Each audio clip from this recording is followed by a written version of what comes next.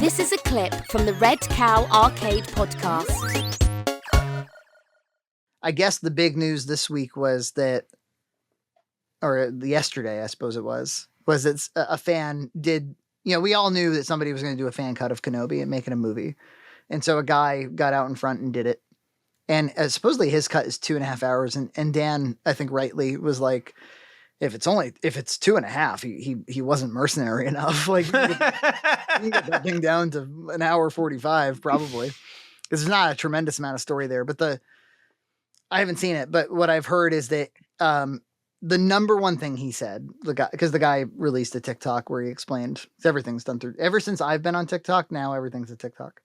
I'm still like struggling. Come on, EJ. No L takes, my man. My elder millennial boomer energy is just too much. YouTube, Facebook.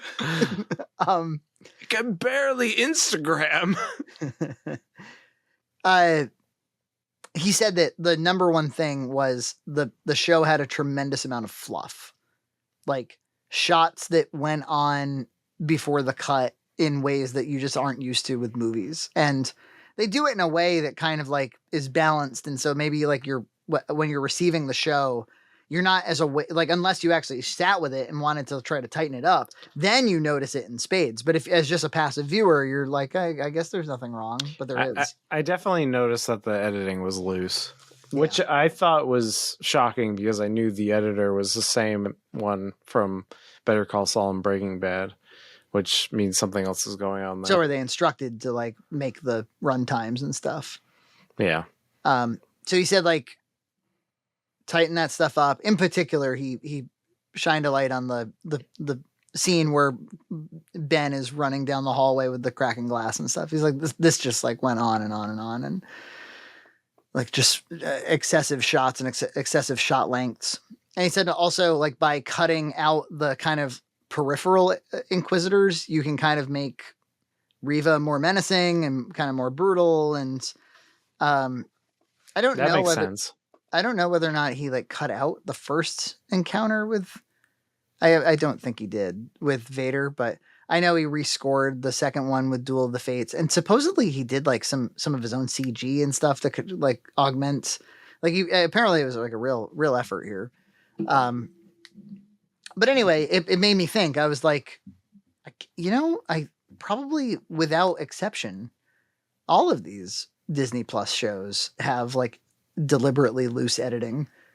Like, what's going on with that? Like, it must just be runtime, right? Yeah. I mean,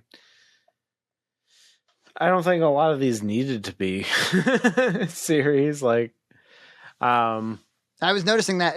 Did you see episode 5 of Ms. Marvel with the train and shit? Yeah. I barely have anything to say about it. The only thing I have to say about it is there probably was opportunity for emotional storytelling in there, but the editing was just so loose as a goose that it was like sensory deprivation. Well, my problem with the series is just there's not much to the Ms. Marvel character, the Kamala Khan. Like, it doesn't seem like maybe she initially struggled with her powers, but then she like mastered them without effort in like an episode. It reminds you a little bit of Daisy Ridley, doesn't it? Where you're kind of like, oh, she's like, I like the actress, she's charismatic, and I look forward to what they'll do with her, and then they don't do anything with her.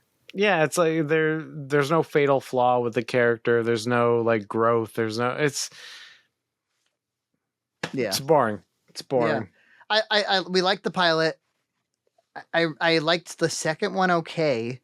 And then the third one kind of took a dip for me. And then like we got lost in like all these other details. Like when we left like her mom and dad and like her high school and the Avengers Con and all this kind of cool. And we're completely out of that world now. We're not in like Dawson's Creek territory anymore, which is kind of where I liked the show. Yeah, I kind of liked the more human relationships and like the more family relationships and the community that they were building up, and then they abandoned her mosque and all that. Like that's just all gone for like two and a half episodes now. And that kid Bruno who obviously is in love with Yeah. her and stuff, he's just not in the show anymore.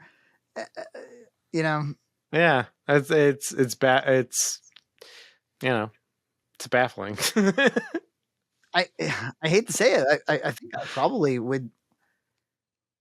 I was gonna say I think I'd probably enjoy like a movie version of this, maybe. Yeah, I think like I said, the pilot was very strong, had good direction, and if they just like had it as a good focused, hour and 45 minutes, Yeah. I think I'd be into it. But then I thought, well, maybe you need a little extra time. Maybe you want to tell a little bit of a bigger story, and maybe that story doesn't have humongous set pieces, and so. You're not going to make like a film trilogy out of it or something, but like, what about, and I keep saying, I feel like I've said this on the pod many times. What about like a 2-part movie? Like, it doesn't have to be 6 episodes. Like, can it be 2 hour long or hour and a half long, little movies? Like, Yeah, two 2 VHSs of the Titanic movie. Yeah.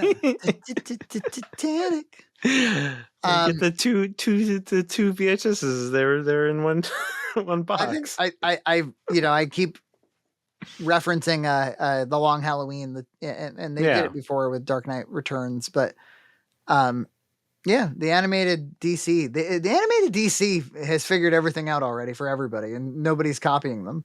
Yeah, they have their own little niche. The only thing they didn't figure out is they don't like premiere those things on HBO Max for some reason. Yeah, they kind of like fart them out, and they don't do it. Like, I feel like they could be events. Where the hell do they release them? We know they release them on Blu-ray, and we know that Blu-ray doesn't reach a lot of people. What do? They put them out on iTunes still? Where do these things go? Yeah, they could be events, and they're because like even like Star Wars Visions was kind of an event. Yeah. You could feature them in the HBO Max header. I think people would watch it. I always think you could do cool stuff. Like if you had your own streaming service, for one thing I think is a little odd is that none of them do like live stuff. They don't have right now we're streaming, like there's a red carpet. Yeah. Why don't they do that? Like with a live chat even? Yeah. Like where people could be like commenting on premiere it like YouTube and have a live chat. Isn't that obvious? Dude. What the fuck? You can have your own TV series. Like they do this on on the Roku. There's a PBS Kids app that we have, and you can pick the on-demand content, so you can watch if you give a mouse a cookie any episode from any season, or you can watch what's live right now. And like, why wouldn't they do that? Why wouldn't they have some kind of running, like, oh, we're just like playing stuff that's live?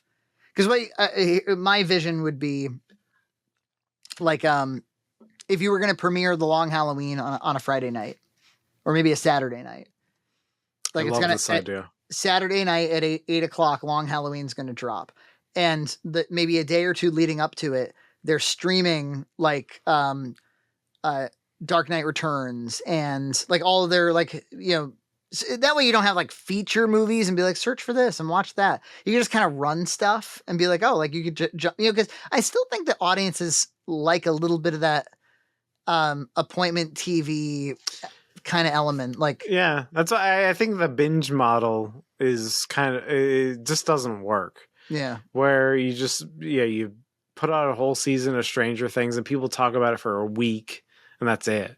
But right. The Boys, it's releasing every week and it's great when you see an episode, you go online, you discuss it. It's such a waste. You're right. It's such a wasted opportunity to not have an appointment, have it stream and have like a chat or a message board that you could, because like you have to outsource that to Reddit basically. Right. Or like Star Wars Theory will watch it, muted, and he puts up timestamps because he can't for the copyright. And he's like, it's going to be a watch party on YouTube and whatnot. It's like, but you could just do it. They could just do it. Yeah. What a wasted opportunity. But you don't have enough users. What do you, and then you could really start to kind of like shuttle some of that kind of YouTube traffic over to your platform and be like, just come here. I don't know. It's strange. Yeah. But then you could also hype the new thing. That's actually that would be, to me, the primary point is to get people, the way that when a WWE pay-per-view is going to be streaming. Yeah. There's a whole like, oh, the new Royal Rumble is going to be streaming, and all weekend we're going to be showing you old Royal Rumbles, and we're going to do countdowns about, like, and then it becomes like a weekend of Royal Rumble, which is really fun. Like, go get the Doritos. Can't you do that for your cool new animated movie or whatever? Yeah, or Game of Thrones or whatever, whatever. Certainly, like, my God, if you're going to shit out a Pixar movie, a $200 million Pixar movie on Disney Plus, wouldn't you want to, hype it hard? I don't know. Like, is there a better place to advertise the film than the platform itself at this point, where people are visiting it every day, all the time? Yeah, they should definitely do that. It's such a good idea. Well, look, they can hire me anytime they. We can make my 5-year plan will be to copy DC animated films in just about every way. Well, because like I go on Reddit and I'll look at people's commentary on the newest episode of anything, really. So like a new episode of The Boys, or when Better Call Saul's out, I'll see what people are saying about it. So it's like, it just makes so much sense to just put it all in one place. Why go to another website? You could probably even maybe this is a bridge too far, but you could probably charge a little extra for, let's say, the forum that comes with Disney Plus. So like, oh, don't go to Reddit for that. Come here for that. Maybe. Yeah, maybe. Or do you get special avatars or special... It'd be a little bit more curated, because at least you're behind a paywall now, and Subscribe to Red Cow Entertainment on Patreon for full episodes every other week.